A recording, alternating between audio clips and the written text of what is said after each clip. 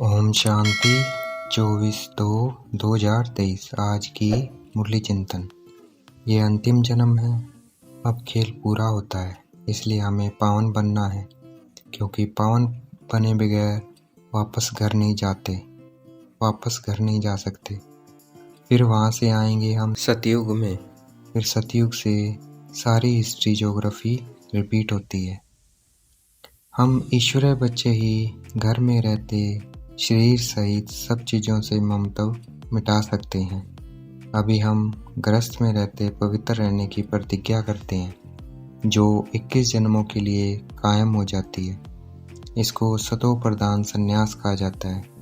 ये सतो प्रधान संन्यास सिर्फ एक परमपिता परमात्मा ही सिखला सकते हैं, और गृहस्थ में रहते सतो प्रधान संन्यास करने का कमाल सिर्फ हम ईश्वरीय बच्चे ही दिखला सकते हैं। अभी हम राजयोग से आराम से सतयुग की रजाई प्राप्त कर रहे हैं। इसको जीवन मुक्ति कहा जाता है। वहाँ ये रावण के 5 भूत नहीं होते हैं। ये शरीर आत्मा की ताकत से चलता है। आत्मा शरीर लेती है और छोड़ती है। अभी ये भारत दुखधाम है। 5000 साल पहले ये सुखधाम था। सिर्फ सतयुग की आत्मा ही 84 का चक्कर लगाती है। ब्राह्मण, देवता, क्षत्रिय, वैश्य, शूद्र, इन 5 वर्णों में सिर्फ भारतवासी ही आते हैं। इन वर्णों में सबसे उत्तम वर्ण ब्राह्मण वर्ण है, क्योंकि ब्राह्मणों को परमपिता परमात्मा ब्रह्मा मुख से रचते हैं। भारत पहले पूज्य था, अब पुजारी है। सतयुग है पावन, कलयुग है पतित, और पतित को पावन बनाने वाला एक परमपिता परमात्मा है। इसलिए इस कलयुग में परमात्मा को पतित पावन कहकर बुलाते हैं। सतयुग में सब पावन होते हैं, इसलिए वहाँ नहीं बुलाते हैं।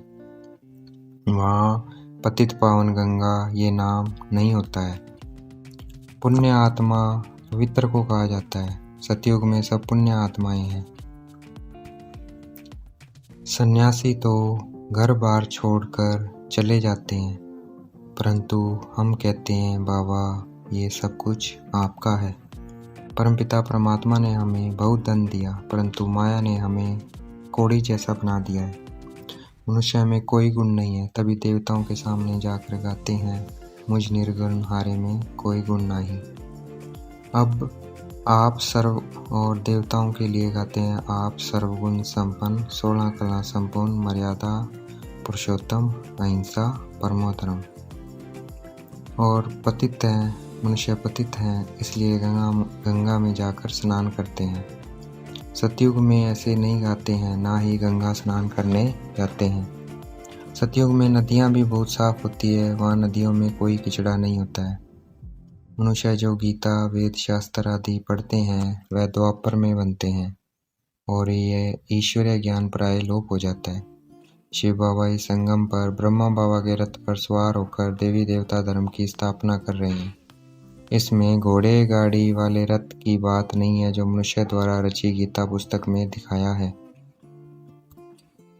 शिव बाबा ब्रह्मा के रथ में रथी बनते हैं और ब्राह्मण रचते हैं, जो बीके कहलाते हैं। इसलिए गाया हुआ है ब्रह्मा द्वारा स्थापना।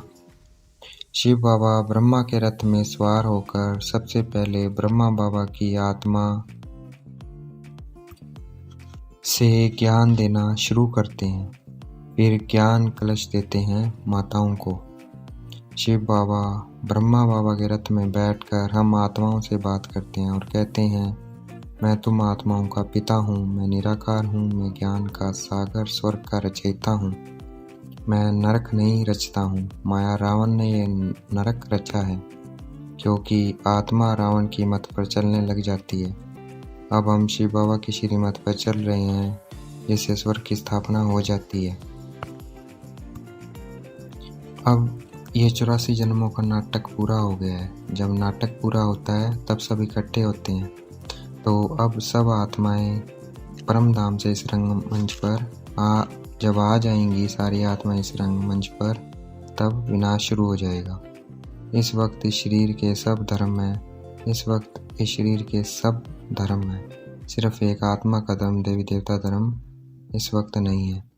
द्वापर से ब्रह्मा की रात शुरू होती है। शिव बाबा आते हैं जब रात खत्म हो, दिन शुरू होने वाला होता है, अर्थात संगम पर, रात और दिन के संगम पर।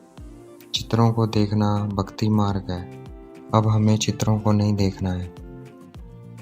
निराकार शिव बाबा को और आपस में एक दूसरे को आत्मा भाई भाई देखना है और निराकार शिव बाबा को परम धाम में याद करना है। शिव बाबा ना ही सर्वव्यापी है और ना ही 24 अवतार लेते हैं, वह तो पतित पावन है। सिर्फ कल में एक बार संगम पर अवतार अर्थात मनुष्य का रथ लोन लेते हैं, इस नर्क को स्वर्ग बनाने के लिए। कोई भी वेद शास्त्र मनुष्य द्वारा रची गीता मनुष्य को पति से पावन नहीं बना सकती है। सिर्फ एक परमपिता परमात्मा ही बना सकते हैं। सतयुग में अकाल मृत्यु नहीं होती है क्योंकि वहाँ ये 5 विकार नहीं होते हैं। परमात्मा को सर्वव्यापी कहना, शिव शंकर को मिला देना, ये परमात्मा की गलानी करना है। परमात्मा के रथ ब्रह्मा बाबा को नंदीगण भी कहा जाता है और भागीरथ भी कहा जाता है। शिव बाबा आए हैं इस युद्ध के मैदान में हमें माया पर जीत पहनाने। आज की मुरली का वरदान, बाप के राइट हैंड बन, हर कार्य में सदा एवर रेडी रहने वाले मास्टर भाग्य विधाता भव। आज की मुरली का स्लोगन, हर बोल और कर्म में सच्चाई सफाई हो तो प्रभु के प्रिय रतन बन जाएंगे। अच्छा, ओम शांति। शुक्रिया मीठे बाबा, शुक्रिया।